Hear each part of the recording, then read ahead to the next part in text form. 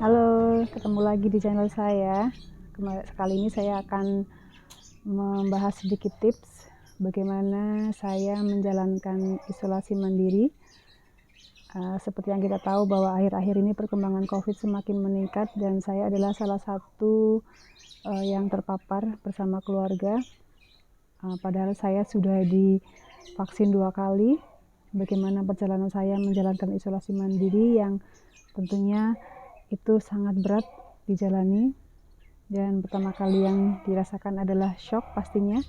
Nah, tujuan ini adalah untuk sharing kepada teman-teman agar teman-teman juga tetap semangat menjalankan isolasi mandiri dan kita segera sembuh dengan cepat. Bagaimana tips-tipsnya saya menjalankan isolasi mandiri selama 14 hari? Ikuti terus videonya. Menjalani hidup sehat dan ingin sehat adalah pilihan diri kita sendiri dengan kita tetap menjaga prokes dan berusaha untuk vaksin. Dan itu adalah pilihan sendiri untuk hidup sehat. Tetapi ketika kita mendapatkan ujian, kita sakit atau terpapar COVID adalah pilihan Allah, dan yakin bahwa pilihan Allah adalah yang terbaik. Dan dari pilihan itu insya Allah akan ada hikmah yang bisa kita ambil semakin mendekatkan diri kita kepada Allah. Sehingga langkah yang dilakukan pertama adalah memang harus menata hati dulu. Dan jangan lupa jika kita terpapar COVID di dalam rumah kita sendiri, jika kita sendiri yang terkena, maka kita harus isolasi mandiri, jaga jarak, tetap menggunakan masker, kamar mandi terpisah, sering cuci tangan, sering menggunakan disinfektan untuk disemprot. Kita usaha semaksimal mungkin agar orang lain di dalam rumah itu tidak terinfeksi juga atau tidak terpapar juga. Namun apabila kondisinya sudah kita jaga baik-baik, sudah kita jaga prokes, sudah kita isolasi, tidurnya terpisah, jangan banyak kontak begitu ya, usahakan kamar mandi terpisah juga. Namun jika kondisinya pada akhirnya terpapar semua, ya kita melakukan isolasi mandiri bersama-sama secara bahagia. Dan jangan lupa untuk tetap menggunakan masker, karena saya yang terpapar terlebih dahulu dan isolasi saya sudah selesai. Namun anak saya mulai isolasi setelah hasil swab, yaitu tanggal 3 Juli, sehingga saya tetap harus menjaga prokes walaupun saya sudah selesai isolasi mandiri. Usaha sebisa mungkin untuk tetap menggunakan masker ketika berinteraksi, karena isolasi saya sendiri sudah selesai. Tapi saya harus merawat suami dan anak saya, sehingga saya juga tetap menggunakan masker dan menjaga prokes. Di masa pandemi ini kita sudah sering mendengar berita tentang perkembangan COVID yang semakin meningkat. Nah, saya di sini akan bercerita tentang pengalaman pribadi saya, bagaimana ketika kita atau keluarga kita ternyata mengalami atau terpapar COVID-19. Di masa pandemi ini kita sudah sering mendengar banyak berita, baik di media sosial, di televisi maupun di surat kabar, bahwa masuk gelombang kedua banyak sekali teman-teman yang terpapar COVID, yang itu sangat meresahkan. Di sini saya akan bercerita tentang pengalaman pribadi saya, bagaimana saya bisa terpapar COVID dan menjalani isolasi mandiri. Tujuan saya adalah ingin mengajak teman-teman untuk tetap semangat, tetap produktif di masa isolasi mandiri. Ya, jadi ada beberapa hal yang memang harus dilakukan ketika kita pertama kali terpapar COVID atau kita mendapatkan hasil dari pemeriksaan swab, maupun jika kita dalam keluarganya ada yang terkonfirmasi positif, itu pasti akan membuat kita shock. Jadi memang berdasarkan pengalaman teman-teman yang sudah pernah terpapar dan menjalankan isolasi mandiri, juga dengan pendapat beberapa ahli maupun orang-orang yang semuanya sudah pernah mengalami COVID, bahwa pertama kali yang harus ditata adalah memang mental, pikiran, dan hati.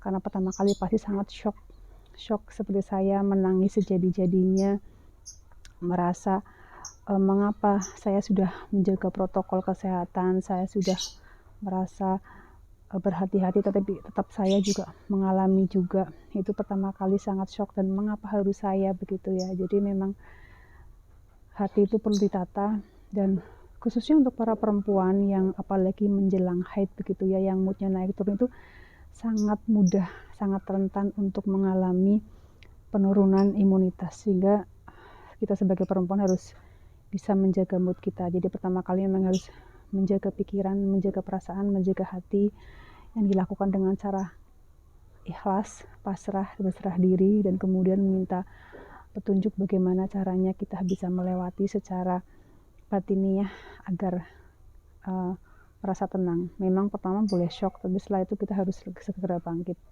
Apalagi jika kita seorang ibu yang mengalaminya, maka kita harus tetap kuat. Bagaimana caranya keluarga juga ikut merasakan apa yang dirasakan ibu, maka ibu harus tetap kuat. Kemudian yang kedua, kita melakukan pengobatan ataupun terapi sesuai dengan pengawasan dari ahli, baik itu dari tenaga kesehatan ataupun dari dokter begitu ya. Yang ketiga, kita bersyukur, dan bila perlu menuliskan jurnal syukur begitu.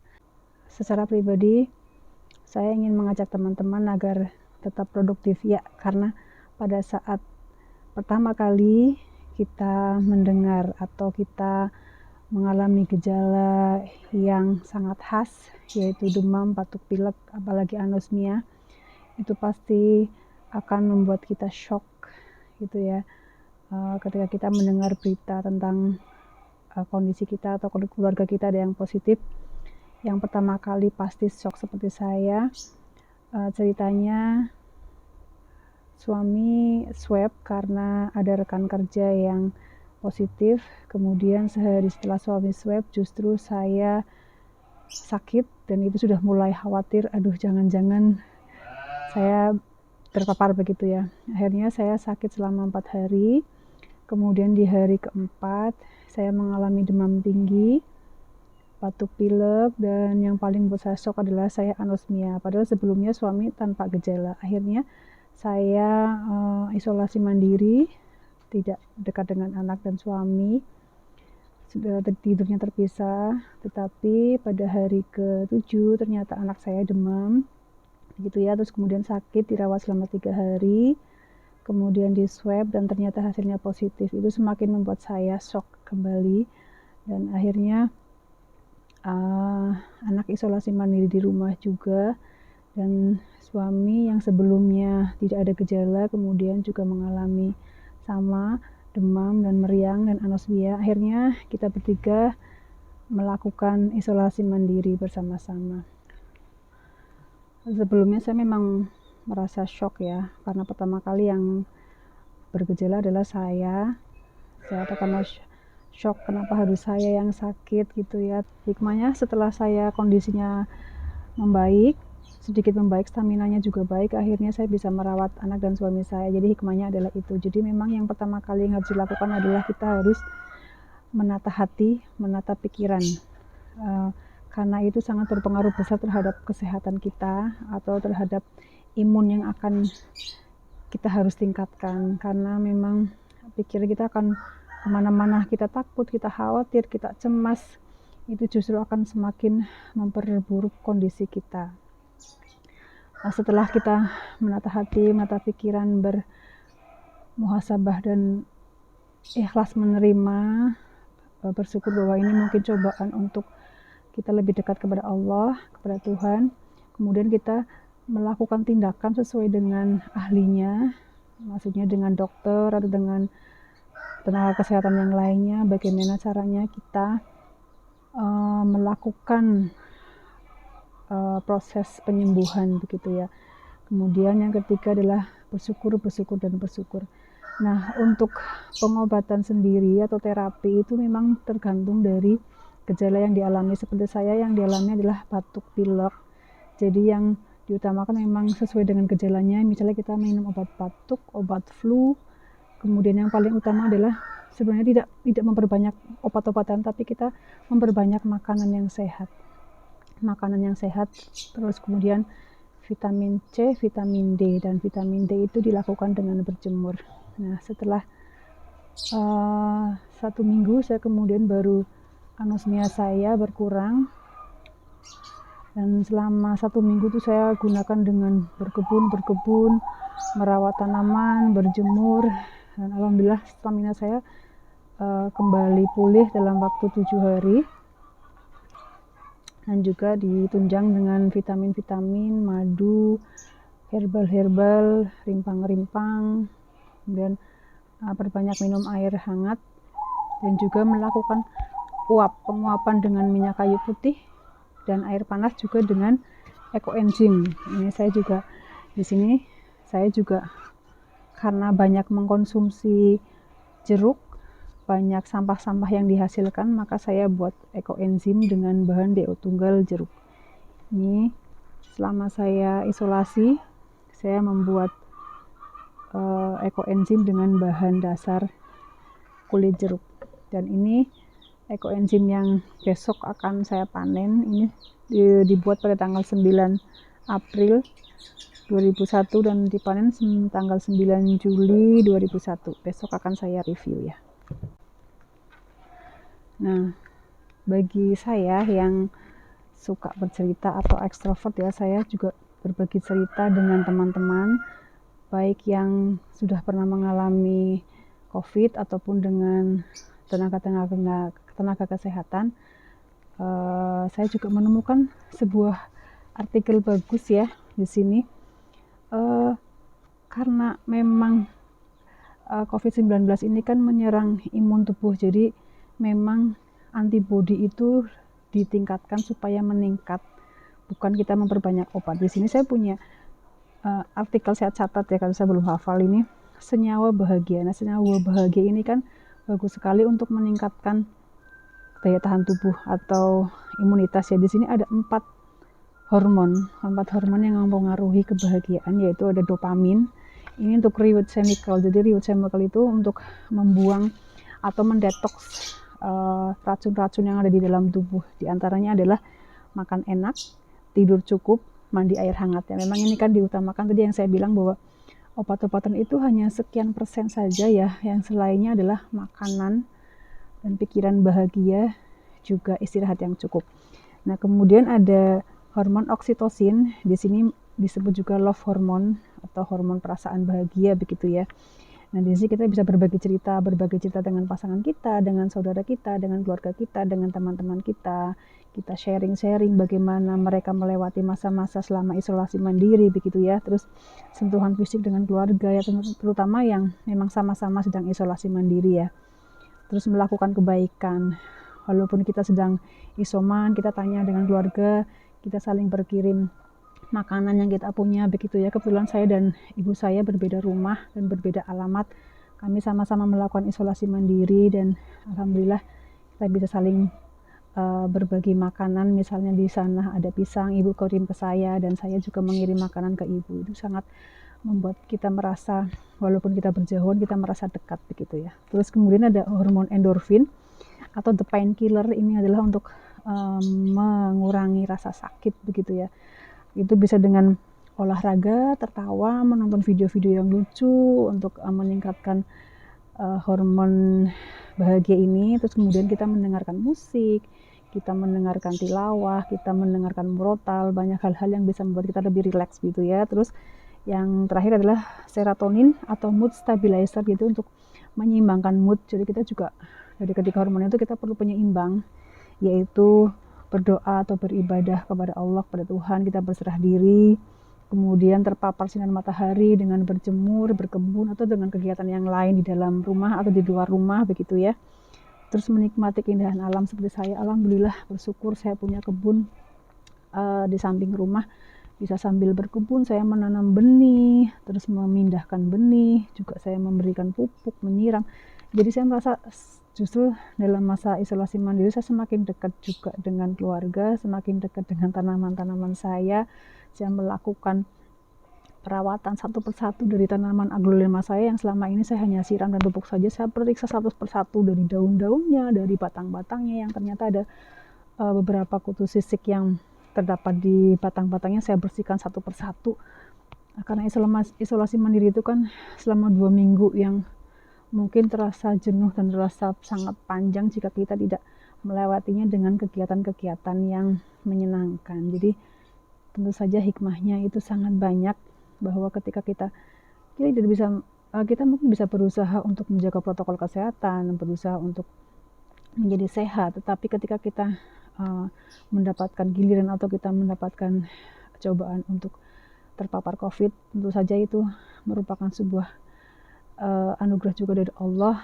Agar kita belajar bersabar, kita bisa juga melakukan hal-hal yang lain begitu. Jadi semangat yang pertama yang akan saya lakukan untuk teman-teman saya, untuk yang lainnya, jika kita terpapar atau keluarga kita terpapar, yang pertama harus menata hati, menata pikiran untuk bahagia. Karena sebelumnya mungkin pertama shock, boleh kita shock sebentar saja, tapi kita harus bangkit, karena pada dasarnya kita hanya manusia berusaha dan Allah yang menentukan. Jadi tetap semangat bagi yang sedang isolasi mandiri, akan melewatinya dengan baik. Jangan lupa untuk hormon bahagia 4 itu sangat penting untuk fisik maupun rohani. Nah, ini saya akan merilis 2 ekoenzim saya. Ini kebetulan berbahan dasar sampah dari jeruk lemon dan jeruk nipis. Ini pasti gasnya sangat banyak. Ini sudah saya pernah share linknya ya. Jadi intinya hanya bahan organik, air, dan gula. Dan gula yang baik adalah gula merah murni atau juga gula merah tebu jika ada. Tapi ini saya karena kemarin stoknya tidak ada dan karena saya sedang isolasi mandiri, saya tidak bisa belanja, saya menggunakan gula pasir. Tapi sebaiknya memang menggunakan gula merah yang murni. Ini saya akan coba buka rilis. Ini sepertinya gasnya sudah sangat banyak, karena untuk bahan dasar dari jeruk memang gasnya sangat besar. Jadi jangan sampai kita tidak merilisnya. Saya udah merilisnya kemarin, itu aja sudah meledak. Ini sudah mulai mengembung lagi. Kita coba akan lihat.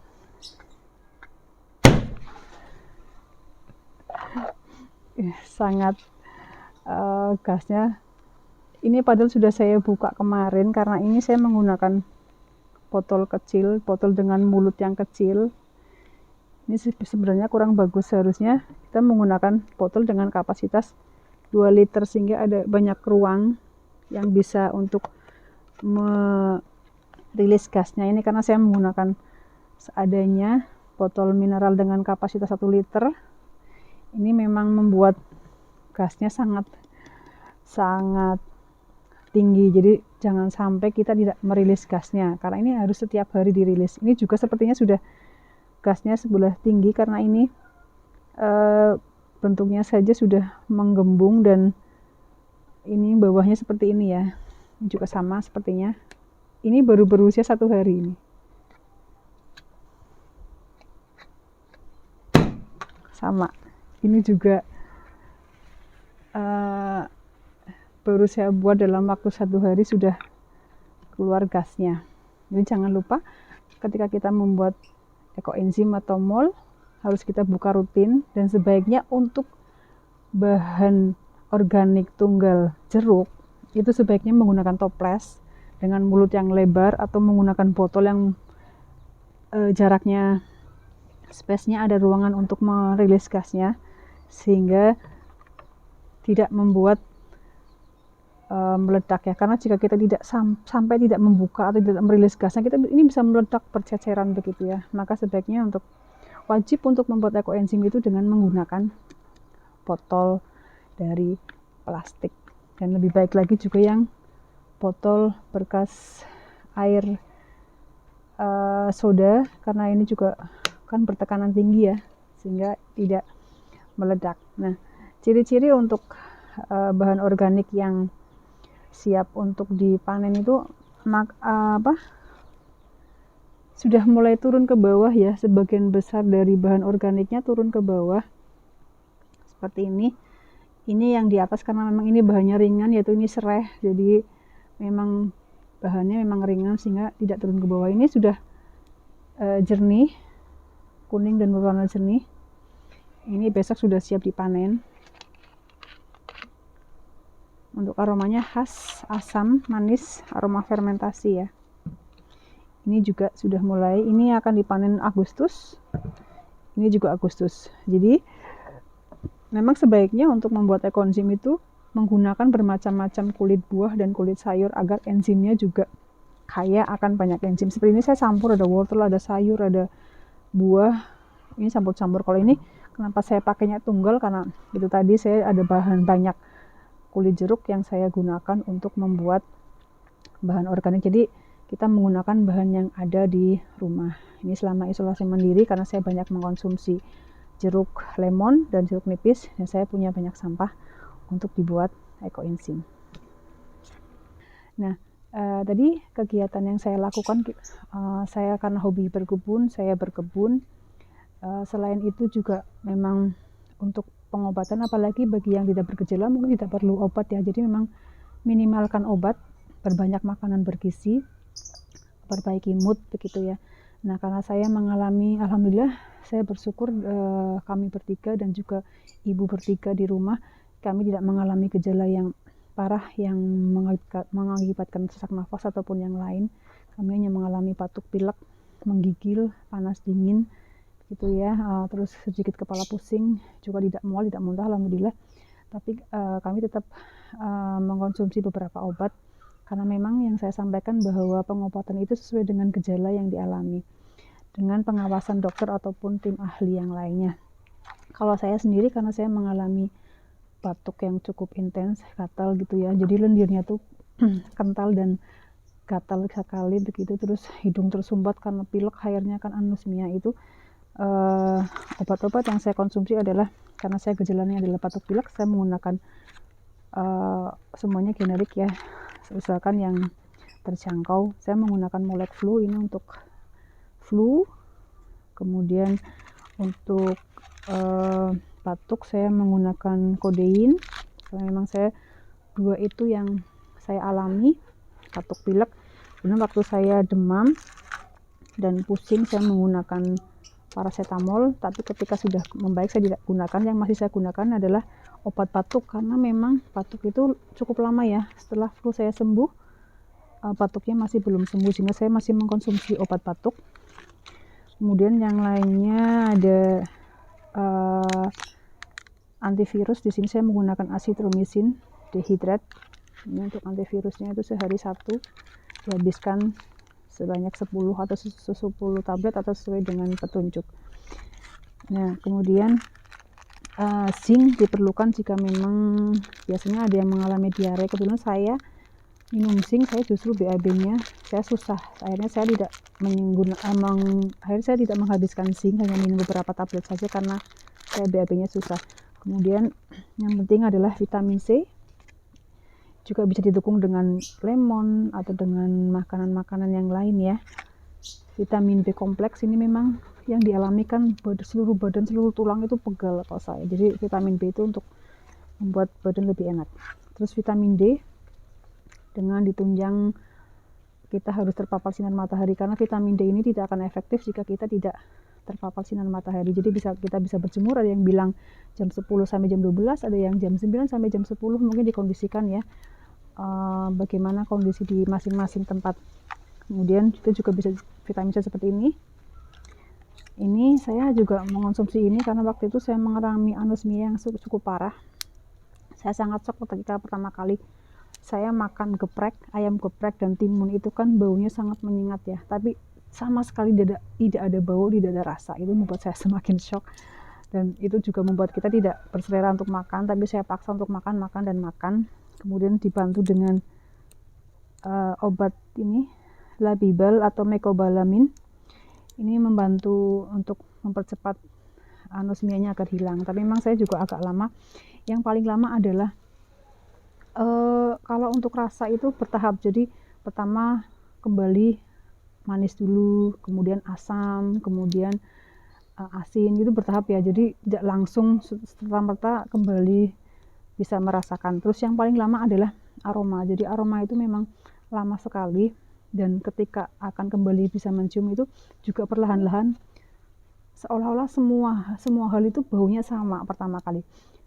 entah bau wangi, entah bau mint, bau apa, semuanya agak sama, agak bau seperti kabel apa, seperti bau gosong, seperti bau busuk-busuk begitu kalau pertama kali baru mau mencium. Nah kemudian bertahap, nah akhirnya alhamdulillah bisa. Ternyata nikmat mencium atau nikmat menghidu itu ternyata luar biasa teman-teman, bahwa itu yang tidak pernah kita syukuri. Kalau kita mengalami anosmia itu sangat kita merindukan bau terasi, kita merindukan bau anak-anak kita, merindukan bau kita sendiri, merindukan bau keringat suami, merindukan segala macam hal, semua bau.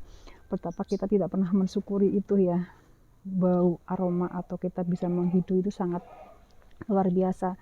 Begitu juga dengan merasakan makanan seenak apapun juga tidak akan bisa kita nikmati dengan baik ketika kita anosmia begitu.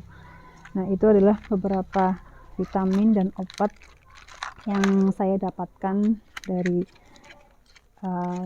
dengan ahlinya ya, terutama ya ini saya dengan kakak saya yang kerjanya di puskesmas.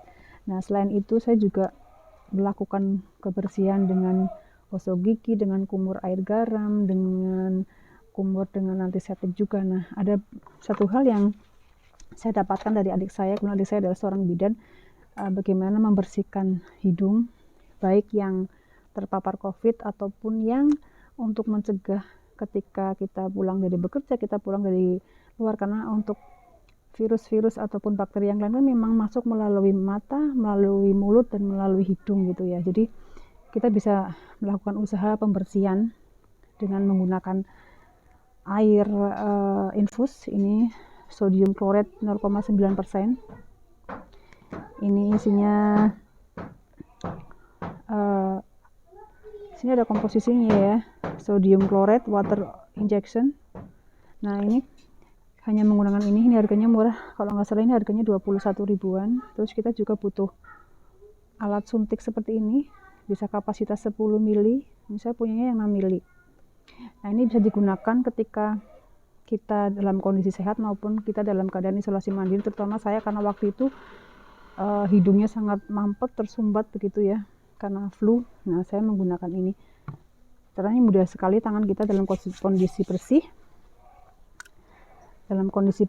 cuci tangan dulu ya. Nah ini kita sudah pasang, ini biasanya kalau kita belikan ini belum terpasang, ini dipasang dulu, diulir, kemudian kita masukkan. Di sini ada lubang, tapi lubangnya lubang tanda saja ya, masukkan. Kemudian kita tarik.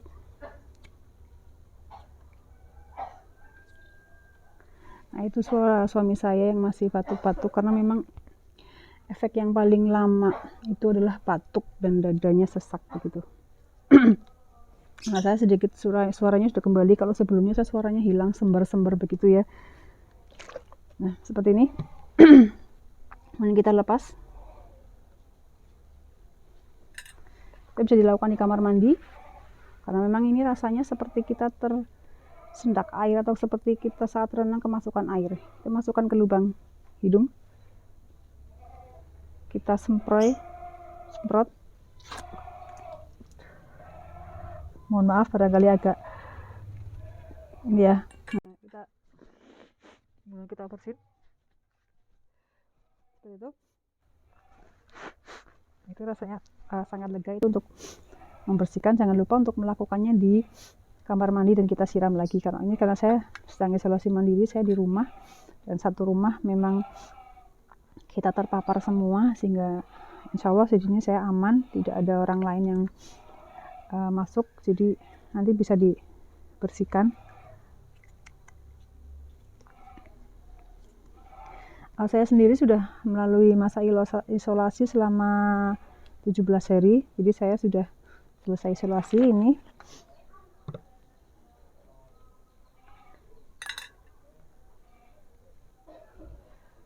Lakukan yang sama untuk lubang yang satunya lagi.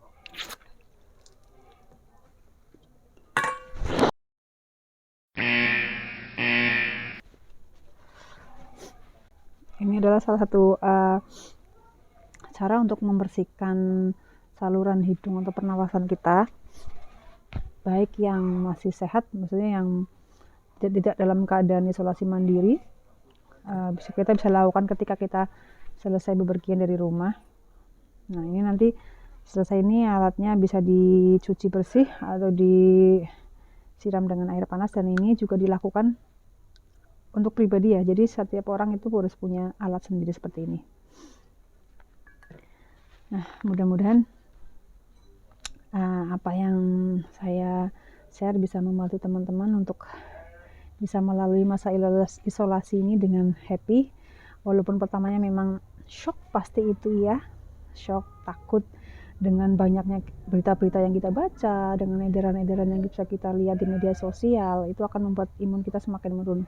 Jadi apabila kita adalah tipe orang yang takut, cemas, sebaiknya hindari untuk menonton berita-berita yang berbau COVID, dan sebaiknya membaca cerita yang lucu atau sesuai dengan hobinya, atau menonton video begitu ya.